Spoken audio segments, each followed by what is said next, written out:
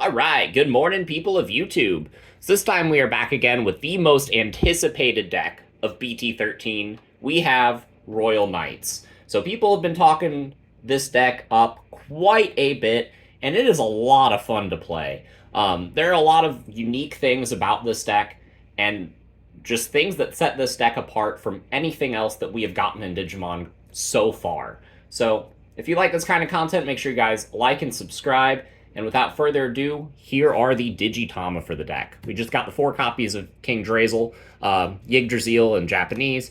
You know, this is a really, really good card. It makes it so you can't evolve, and it makes it so that it sucks up all your Royal Knights at the start of your turn.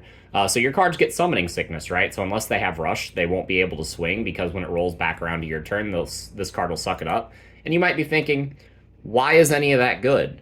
And it's because once per turn, you can reduce the cost of something by 4, and then by 1 again for every card in this card's sources. So you're stacking all of these in your breeding area, making one massive stack, getting a bunch of Royal Knights under it, and then you're reducing things by like a billion.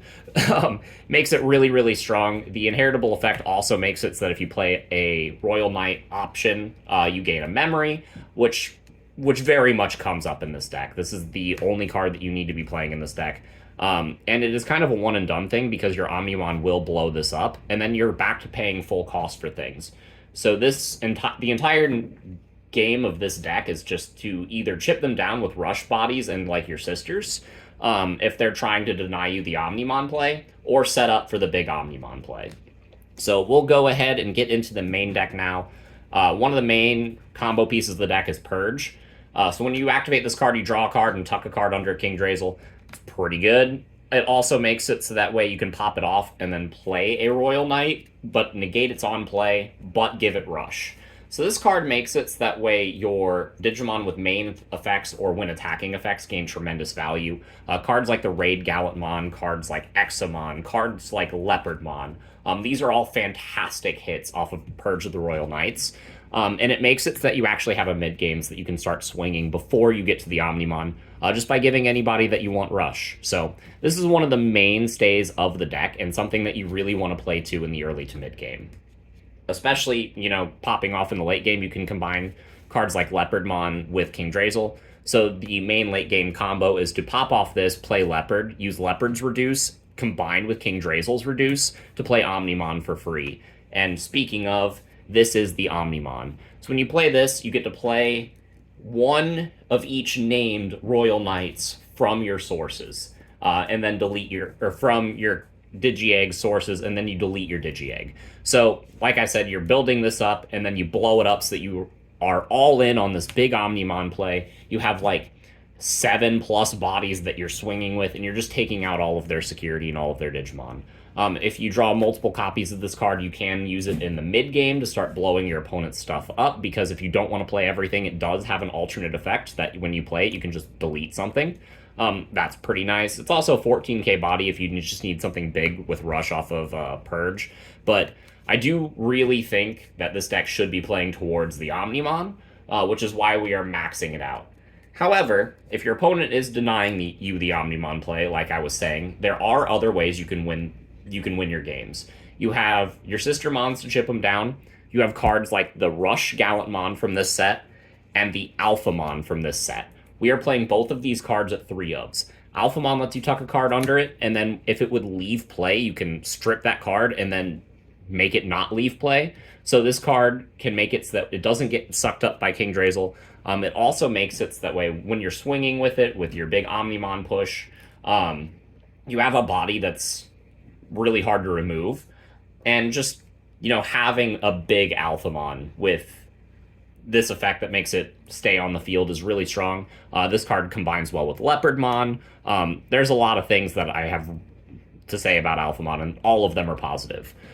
We also play 3 copies of the Gallantmon. Its removal, it has Rush itself, and its Reduce effect can be combined with the King Drazel, so you can play this in like the early game for very cheap, and just start punching them, taking care of your opponent's bodies with your Rush swing, and then blowing them up with your other effect.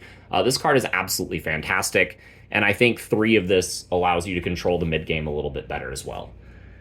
Another 3 of in the deck is Ganku. Ganku lets you play back sisters or royal knights from under your King Drazel, and it itself has blocker. So not only is this a decent card to pull back sisters that you're swinging with, so you can get more swings off of said sisters or more searches. Ganku is a big blocker, and it's an excellent card to play off of your secondary effects. Like, if you have Leopard and you can fully reduce it and you're not ready for the Omnimon play, you can play the Ganku, reduce it as much as you can, and then get the sister and go 3 bodies wide, and 2 of those bodies will be sucked up by King Drazel to give you further reduction for the rest of the game. So Ganku and Leopard are both 3-ofs in this deck that I am playing, and they are your go wide package. Leopard during your main phase, you can just play something in this deck and reduce its play cost by 4, as long as that card is a Royal Knight. So unfortunately, it does not work with your sisters. But if something gets played, then all of your Royal Knights get blocker. So this is just absolutely fantastic. It's one of your best ways to control the board in the mid game, put out extra bodies in the late game, and it does everything else in between. So Ganku and Leopard are your main means of putting out the same number of aggression and defensive pieces that your opponent can put out as they are. So, like, they help you match tempo, and that's it. Like, they help you match tempo, and that's something that you need to do in this deck. You either need to control their bodies and put up a big defensive wall using cards like Ganku, cards like Alpha. You need to put up with a big defensive wall and prevent them from hitting you until you get your Omnimon play. Or if you're playing into a deck that you know has a lot of security, you need to get a lot of bodies in play. Some of them can swing, some of them can block, and then just start chipping your opponent down until you can get the Omnimon push for like their last 2 or 3 security. So you might be thinking, these are a lot of big bodies. There are a lot of really, really cool things that you're doing to win the game, and that's already like half the deck. But what do you have as far as a turn 1 play? Well, I'm glad you asked. You know, on the first turn, your King Drazel will absorb 1 copy of itself in your breeding area, so that your cards will be reduced by 4, and then by 1 again, so you can reduce something by 5. So your best turn 1 play by far is Dynasmon. This card will let you look at the top of your deck and pick 2 Royal Knights and then trash the rest. Trashing the rest can fuel your your sisters for your Ganku. It fuels your pieces for your Alpha. This card just has tremendous synergy in the deck and is a mandatory 4-of, and it is by far the best card you can open with. Just paying 5 memory to drop this, get 2 pieces, and then this card will be sucked up by King Drazel. That's absolutely fantastic. It puts you in the position that you need in the early game to progress the game state. And it also has another effect that can blow up level 4 and lowers. This card is also really good off the Omnimon push. If they were trying to set up a bunch of small blockers, you can just kind of blow them up. And it's fantastic. Like, I do absolutely love the Dynasmon. And yeah, it's one of the best cards in the deck. So another really good turn 1 opening is the Magna. Mostly because like I said, if you're reducing by 5, then this becomes a 2 cost, and it is a blocker. And whenever it gets sucked up by the King Drazel on the following turn, you get to draw a card. So that's absolutely fantastic. It's just really good. This card does kind of fall off in the mid to late game. However, it's still a cheap body. Hard slamming it is never bad because it replaces itself. It's a blocker, like I said. You know, it's just a good card. Also, if you're trying to pass turn with Leopardmon pretty effectively, this card is a really good card to play off of Leopard, especially if you've already used King Drazel's Reduce. So now we're going into some of the defensive backbone pieces. We do have other turn 1 plays. They are mostly the Sistermons. We will go over those at the end of the deck. But for our defensive backbone pieces and our cards that are winning us in specific matchups, we have the 2 copies of Craniumon and the 2 copies of Ulforce. So both of these cards are phenomenal in a blue flare, right? Metal Greymon cannot stun Craniumon, and, you know, obviously it can't swing over it. So that's fantastic. Blue flare has a lot of sources that they want to save. Ulforce can strip those sources and then bounce the Metal Gray, or just bounce something else. Like, This card is also really good into just random decks that you'll go up against. If they're trying to go wide against you to try to check your all of your security before you can establish the Omnimon push, Ulforce Vidramon is fantastic at slowing them down. It's you either want to put out blockers like Craniumon or bodies that remove other bodies like Ulforce. So Ulforce will trigger its bounce effect off of its own summon. Correct me in the comments if I'm wrong, but I believe that is how that works. And that makes it a fantastic 2-of at helping you control the board, along with having the Craniumon that just can't be affected by Digimon effects.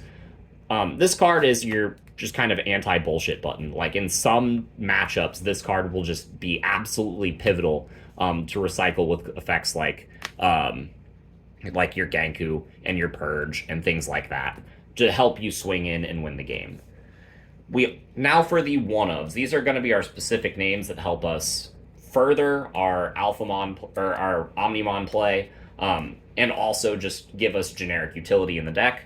We have the one copy of Lord Nightmon. This card can bring his cards back from the trash, and it's another name. This card is really, really neat, but it also serves as a neat defensive backbone, because if you play this out off of something like Leopard, or Ganku, or Purge, then your opponent swings, and you can just gain a bunch of memory back. So that is kind of nice. We have the one of Cantorus. This card is absolutely fantastic. If we can't reduce Omni enough to still keep it our turn, we can do a lot of things to help swing memory back into our favor, right? We can summon cards like Ulforce to bounce their memory blockers. Then we can trigger cards like Cantorus that would give us 3 memory if the total between both players is 6 or less. And then we can trigger cards like Ganku to summon back the Bt13 sister to gain another memory. So we can still keep it our turn and still swing with all of our Royal Knights. This card is also an extra swing by trashing one of your security, which is absolutely fantastic. If you guys played in Wargreymon yellow format in BT4, it feels very similar to that. Gives something minus 7,000. This card is just absolutely fantastic. I'm considering playing 2, but I think 1 is absolutely fine for now. We have the one copy of Jessmann. This card blows things up, but most importantly, it gives all of our Royal Knights a DP boost. So if our opponent is playing something like Wargreymon, and they are a 20,000 blocker that can block multiple times, well, if we Omnimon out the Jess, then we can potentially swing over it, which is, fantastic. Not making them be forced to get rid of their Wargreymon or lose the game. Both of those are bad options for them and good options for you.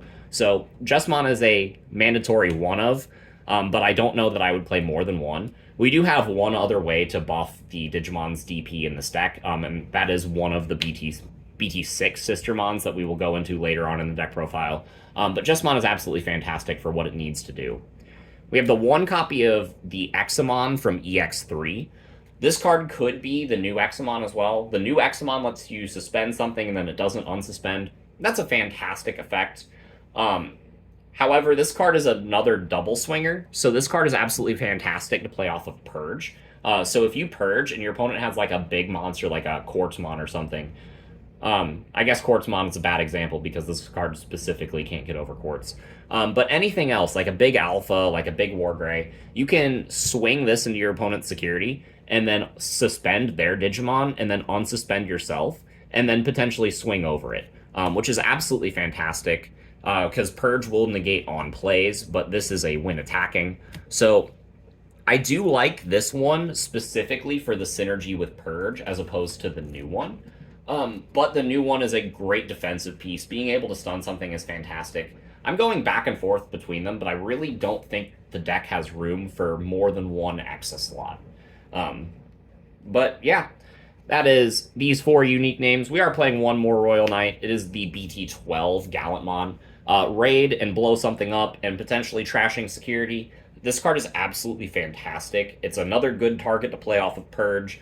And yeah, this card is, again, really good at helping you control the mid-game, along with cards like Alpha, Crania, and Ganku. So this is a really, really fantastic card, and I think you should be playing at least 1. Again, space is a little bit tight.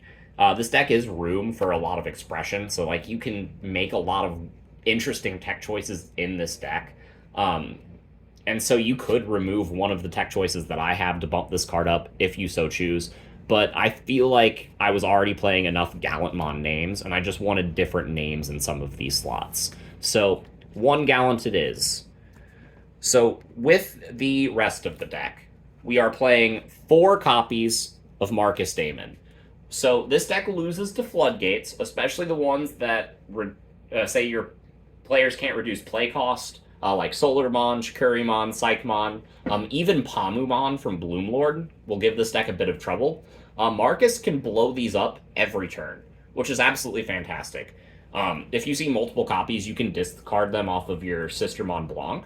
So you can not discard your Royal Knights to potentially draw more Royal Knights, which is pretty nice. But yeah, this is your main means of removal for those Floodgate bodies. It also helps prevent your opponent from like rushing you, like with rookies. So if your opponent doesn't really care that their bodies stick and they think that they can play enough bodies to remove your security before you get the Alphamon, they can have that as a win condition. So Marcus out of security can help control control those positions, because whenever it's hit us out of security, it'll suspend itself and then blow one of them up. But also, if they commit to that strategy, having multiple Marcuses out can just constantly blow up their board, and it's fantastic. I do really, really like this card. Plus, it is a red card for our 1 red option that we play in the deck. So I do really, really like this card. I am playing 3 copies of Omakomon. This card puts us a turn ahead by getting another source under King Drazel. It also lets us draw a card when we play it. This card is a phenomenal turn 1 play. I don't think you need 4 of it. I am already considering cutting this card down to 2. It's fantastic at getting you set up, getting you established, and getting you where you need to be, but sometimes you don't have the pieces you want to tuck, and sometimes you just want to see other cards, so 4 of this will clump in your hand. I feel like 3 is the perfect number. I do really like it at this spot, but again, this is a card that you could cut down to 2 copies. But if you really, really like it, it's put in a lot of work in my testing, so you could even make the argument to bump this up. I've seen players make that argument. Me and my friends don't agree with that argument, but you do you, man. You do you. And then closing out the deck, we have the Sistermon package and the tech cards. So we got 2 copies of Blanc. I'm sorry, 3 copies of Blanc. I bumped this card up. This card is really phenomenal with having extra Marcuses because we have extra discard fodder. It gives us a bunch of Royal Knights to our hand. It gives us decoy on our red and black ones, which comes up less. But mostly it's just a 3 cost. So if we're getting to the point in the mid-game where we are playing Royal Knights for free and we don't have an effective way to pass turn, this is a cheap option. I do really like this card. And yeah, it does a lot of things for the deck. Being a cheap body that you can also use to swing against security if they are denying the Alphamon play is really good, and this card is also phenomenal to play off of Ganku. We have 2 copies of the Sistermon Seal from the starter deck. This card gives all of our cards reboot, so if we're playing with something with blocker off of our Purge, we can give it reboot so we can swing with it and block, which is fantastic. But not only that, it's a search top 3 for Royal Knight cards, which is really, really good.